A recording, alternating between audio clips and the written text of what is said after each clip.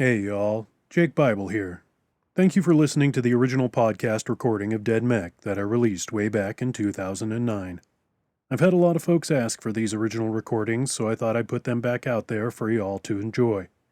The episodes will be released weekly for free, but if you don't want to wait, then head over to jakebible.substack.com and subscribe.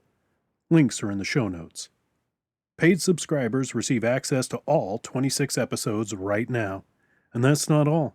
Subscribers receive access to early release ebooks, getting them before they even go on sale in my online store or any of the retail sites. Plus, early access to new audiobooks, exclusive short stories, including the weekly Friday Night Drabble Party, live readings, and so much more. That's jakebible.substack.com. Subscribe now and get all the goods. Now, enjoy a little bit of the past. Thank you.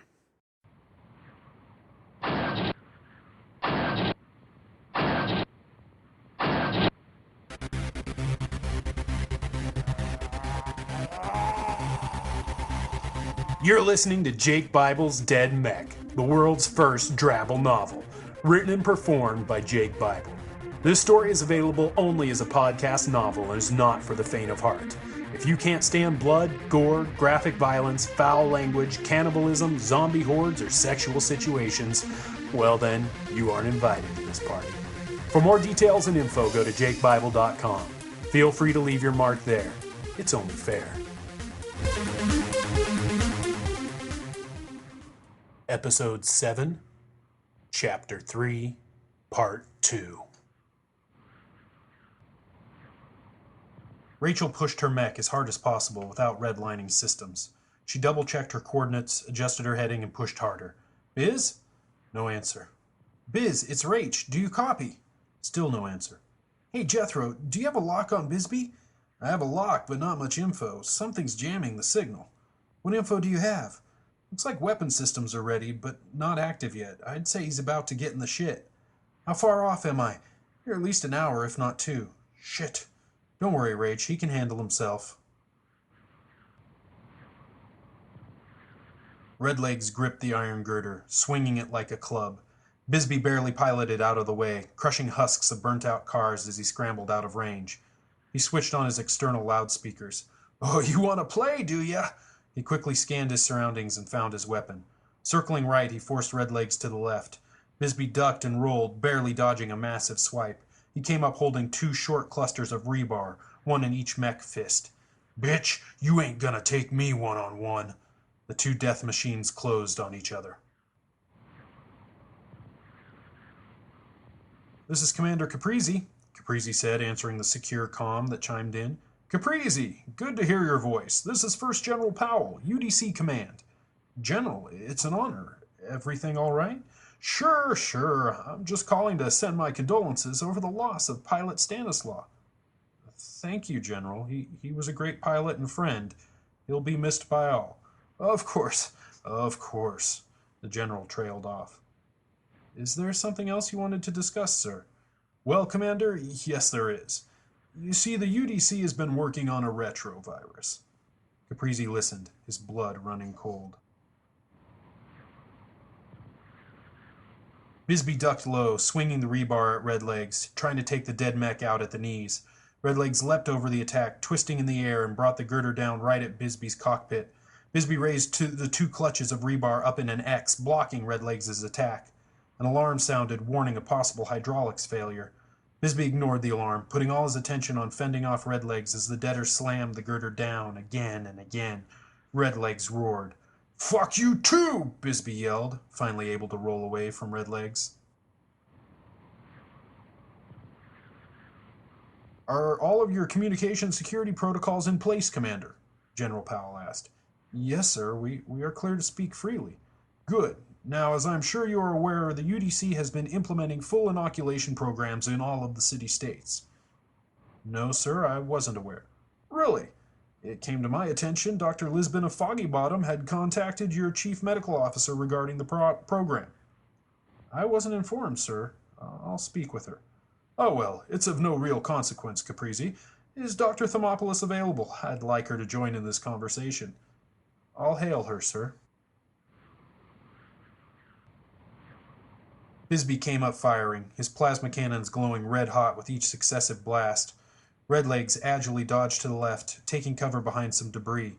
Chunks of ancient concrete and steel filled the air as Bisbee followed Redlegs' movement, trying to aim his blasts ahead of the deader. "Fucking stand still!" Bisbee yelled, and Redlegs did, using the girder to block several of the plasma blasts. The undead machine hurled the warped and melted chunk of metal straight at Bisbee. Bisbee brought an arm up to deflect the attack, the collision forcing his mech to stumble backwards. "Thermopolis," the doctor answered, checking Steve's vital signs. "Doctor, I have General Powell on secure comm.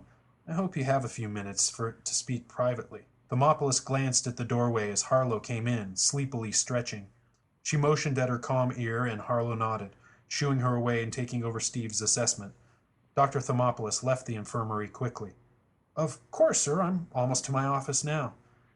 "Excellent, Doctor," the general chimed in. "I have some great news regarding the newly developed retrovirus Dr. Lisbon informed you of." Thermopolis froze and forced herself not to be sick. Redlegs took immediate advantage of Bisbee's faltering and opened fire. Bisbee took a graze to the right shoulder, the smell of scorched metal overpowering his environmental filters as his mech slammed to the ground. He checked systems and saw he had been lucky, sustaining only minimal damage. Quickly, Bisbee tucked his mech back behind a half-buried transport, hoping the shell still had enough structural integrity left to take the onslaught. Redlegs' blasts began to slow, the concussions weakening. Bisbee checked his scanners and smiled. The deader was losing power. "Okay," he said aloud, "no more fucking around."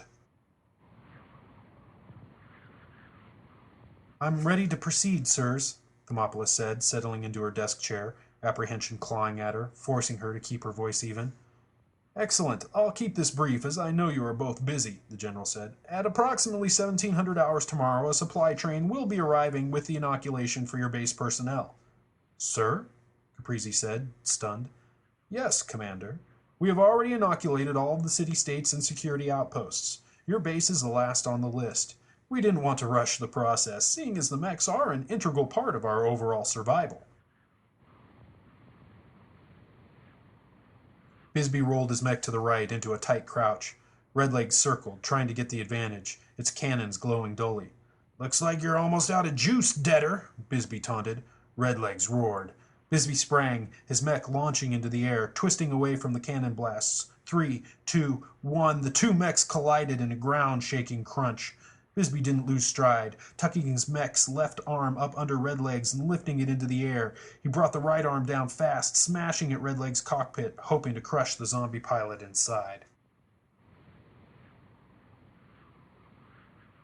"Is there anything I need to have prepared, sir?" Thermopolis asked, her voice audibly shaking now. No, we have everything taken care of. There will be 2 medtechs to administer the inoculations and a small security force to accompanying them."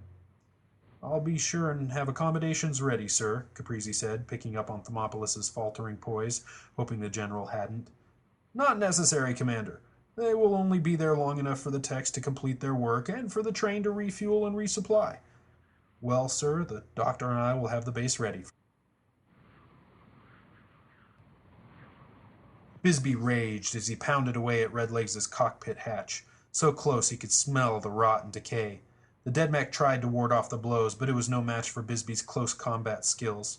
For every maneuver it tried to make, Bisbee expertly countered, never letting the bludgeoning slack. After only minutes, the dead mech's power reserves gave up, and the giant machine became dead weight. Bisbee threw the deader to the ground and shoved his 50mm into the cracked cockpit, ready to vaporize the barely moving zombie pilot.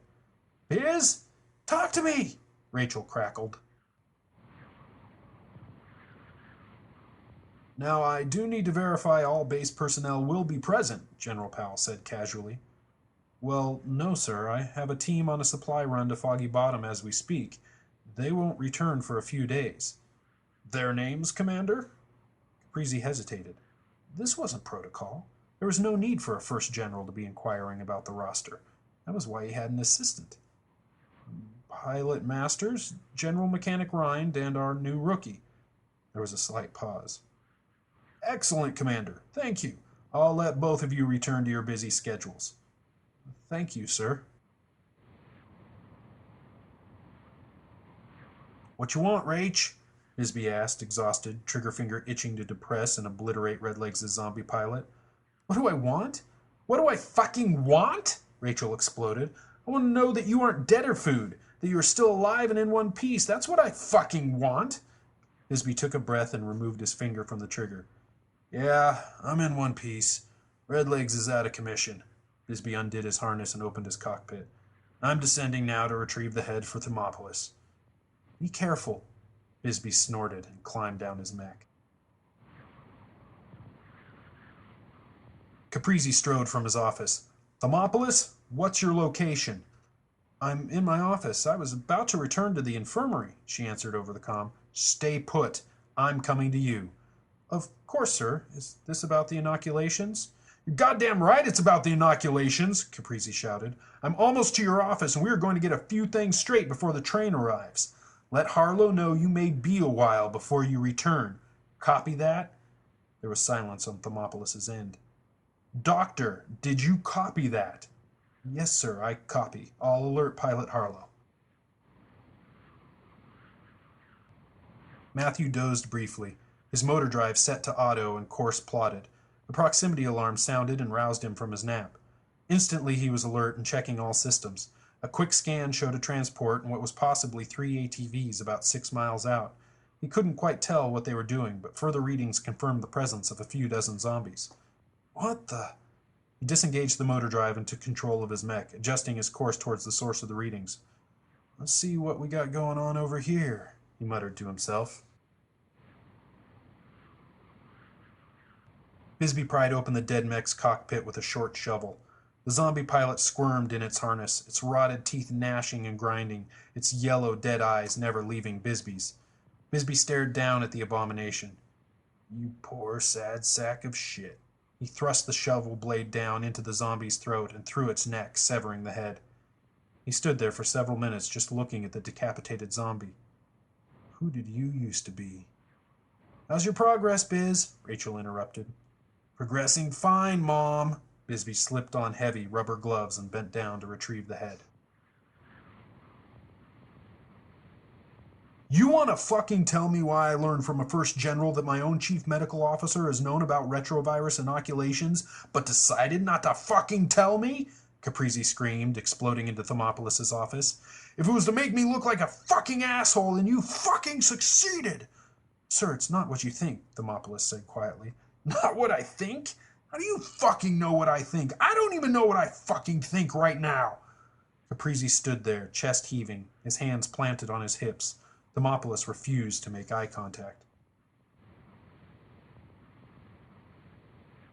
Rach, heads retrieved. CPU and hard drive also. All ready for Thermopolis. Where are you at? Bisbee said, strapping back into his harness. I'm still a few miles off. Head towards me. We should meet up in about 30 minutes. Got you on my scope. See you in a few. Bisbee took one last look at the dead mech that was Redlegs. You always seem tougher than that. Guess I'm just the better mech. Bisbee started to walk his mech away from the scene, but blaring klaxons stopped him. Hundreds of zombies swarmed from out of nowhere, heading straight for Bisbee. Caprizi glared at the doctor. Fucking look at me when I'm talking to you. Thermopolis forced herself to meet the commander's eyes. She studied his face for a moment, and realization dawned on her. You really don't know anything about this, do you? Have I been talking to myself? For a doctor, you're a fucking idiot. So you have no clue that the inoculation is just a smokescreen? What the hell are you talking about? Nanotech, Thermopolis stated flatly. Caprizi's confidence faltered. What are you saying? The UDC is injecting nanobots into every single person within their authority. Matthew watched the ATVs surround the 50 or so zombies, driving them towards the large transport. Fucking ranchers, he muttered as he lowered his binocs and slowly crawled backwards down the low rise to his mech. He was up, strapped in, and hailing Jethro within a minute. What you need, Matty? Get me Caprizi. No, please? What is with you today, Jethro? Daddy J not around to rebel against, so you have to act out towards me? Am I your surrogate brother? My brother died in my arms when I was 15, asshole. Really? Sorry. No, not really. I'll get Caprizi. Bisbee opened fire with both plasma cannons and the 50 mm, taking out the first wave of zombies as they surged towards him. Rachel! What, Biz? Get your ass here now. I've got hundreds of undead coming straight for me. They are too close to take out. The swarm overwhelmed Bisbee's weapons and smashed directly into him, the weight of the dead bringing the mighty mech to the ground. Bisbee sent a high-voltage current through his mech's exoskeleton, hoping to fry the zombies off, but only the first few were affected, melting a layer of rotten flesh to his mech. Caprizi here. What you need, Jespers? Sir, I have confirmation of ranchers. They have a herd of zombies, maybe 50, 60 total. Looks like they're heading for Timpson's Bluff. Shall I pursue? No, let them alone. The UDC has said that as long as the cults don't bother us, we aren't to bother them. But did they say we couldn't follow them? I can do some quick recon and mark their base, in case we need to come back. What was that, Jespers? You're breaking up. I didn't hear a word of what you just said. Copy? Yes, sir. Thank you, sir. Are you okay, sir? Thermopolis asked, seeing the worry on Caprizi's face as he severed the comm connection with Matthew. We've got ranchers out near Timpson's Bluff. Timpson's Bluff? Ranchers aren't usually that close to us, if I'm not mistaken. You aren't, Caprizi said, sighing. But first things first, I need to know why you didn't come to me with this. Thermopolis paused before answering. I wasn't sure you could be trusted, sir. I was warned that this is top-level UDC. Fair enough. So now what? Caprizi asked. I don't know, Thermopolis answered, but we have to stop them. Bisbee struggled against the weight of zombie bodies piling onto his mech, but for every few he was able to crush or toss aside, twice as many replaced them. He could hear cables snapping, hydraulics cracking, and his mech groan under the weight. A hairline crack appeared in his cockpit, and he was tempted to say, fuck it, and start firing his sidearm through the windshield at the zombie faces trying to gnash and gnaw their way in. Suddenly, above the noise of the zombie swarm, Bisbee could hear rapid gunfire. The weight on his mech began to lessen quickly.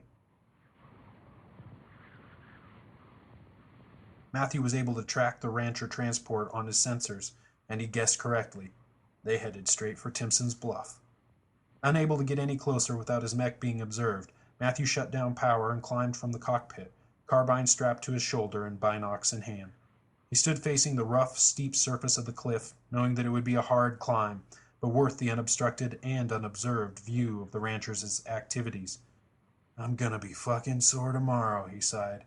Walking back to the mech, he began unloading climbing gear from a storage compartment. So how do these nanobots work? Caprizi asked.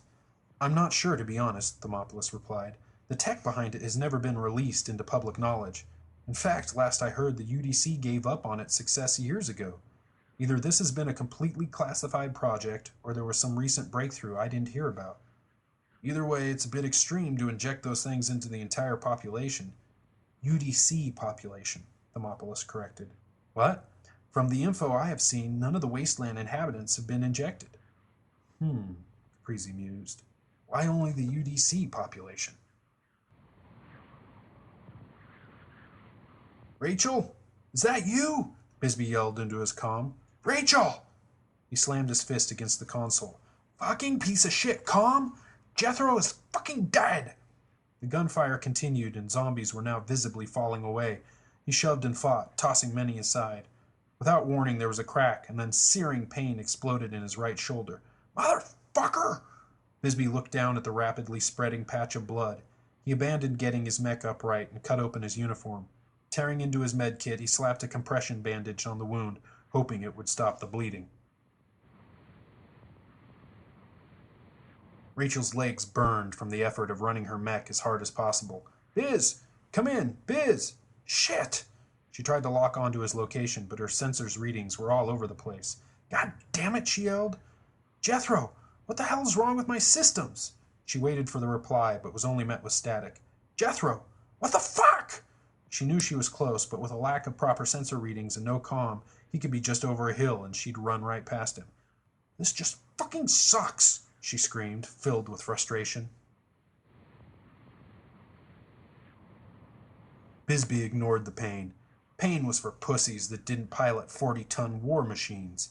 He forced his mech upright and pulled the trigger, laying waste to dozens of zombies still swarming his mech. Fluids and tissue splattered across his cockpit, streaking the windows.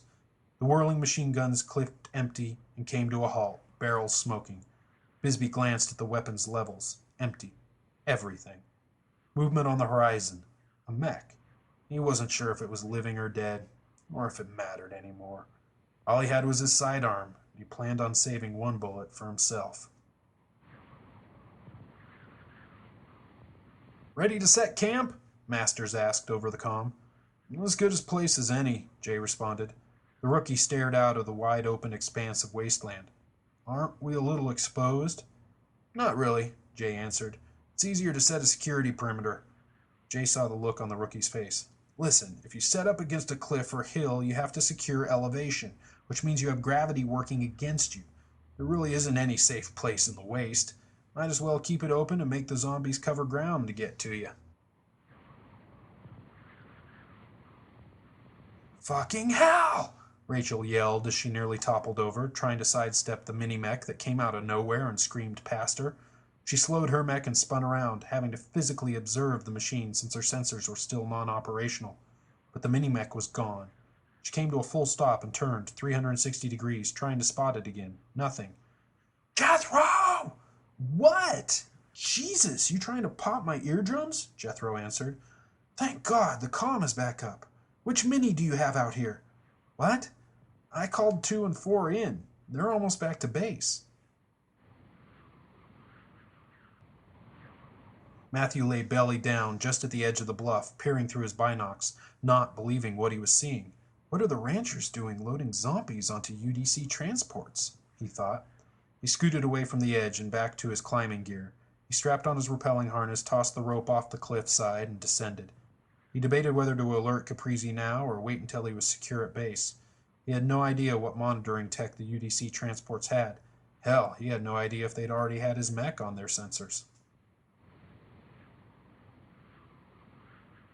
"Am I just hearing voices, or is the comm back up?" Bisbee asked. "My comm was never down. It must have been just you guys," Jethro answered. "Biz, what's your location?" Rachel asked. "Wait, never mind. Sensors are operational again, also. What happened?" "I don't know, but it got pretty lonely out here. I've got a visual on your mech, Rach. Turn around, I'm 5 miles behind you," Bisbee said, randomly stomping on the zombies that were still moving. "Yeah, I got you. Be there shortly." "Don't bother. I'm doing a little cleanup and then I'll head your way." The sun set quickly, turning the wasteland into an appropriate blood-red landscape. "Hey, anybody still out here?" Matthew called over an open channel. "Maddie? Why aren't you at base?" Rachel asked. "I found something interesting. I'll fill you in back at base. You okay?" "I'm fine. Things got weird, but nothing I couldn't handle." "I'm fucking fine too. Thanks for asking," Bisbee grumbled. "Just got shot in the shoulder, that's all." "Damn, you okay?" "Yeah, we stopped and Rach patched me up." "She's good that way."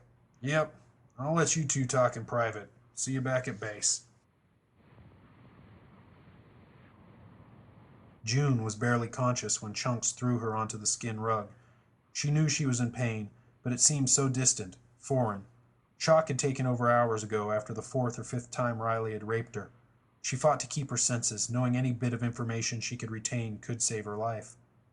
"We found this one messing with the larder, boss," Chunks said. 2 leather boots filled her vision as the boss stepped closer to examine her. "What happened, Chunks?" "Riley couldn't wait, boss. He had to have a taste." "Call him in here." Rachel and Matthew walked their mechs through the night, separated by miles, but connected by their comm, each listening to the other's breathing. A shooting star shot past the horizon. "Did you see that?" Matthew asked. "The shooting star?" Rachel responded. "Yeah, better make a wish." "It already came true."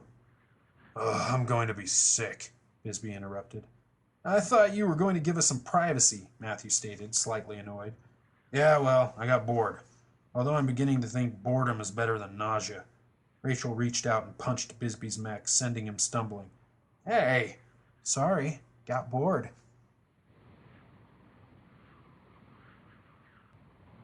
The rookie was actually grateful when the high-pitched keening woke him.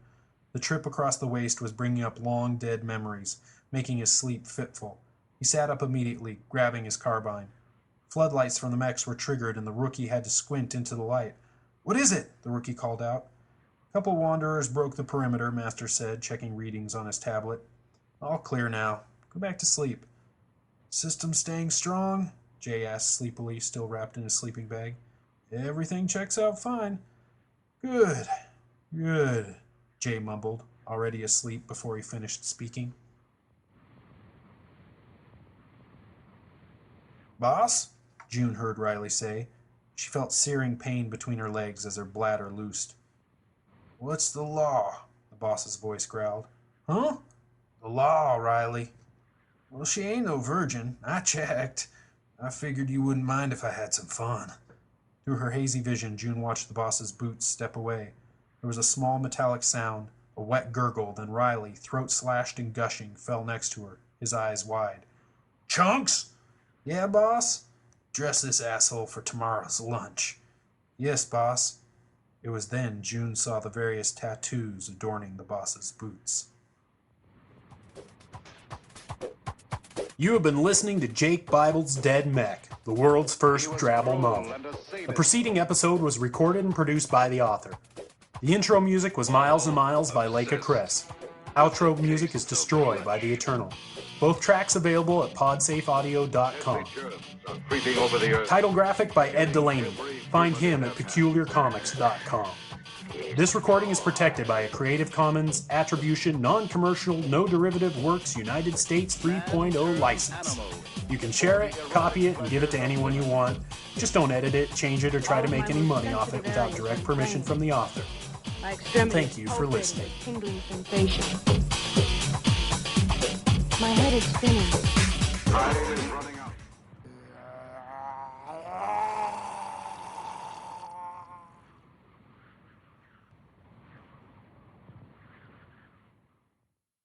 Thank you for listening to this episode of the re-release of the original podcast of Dead Mech.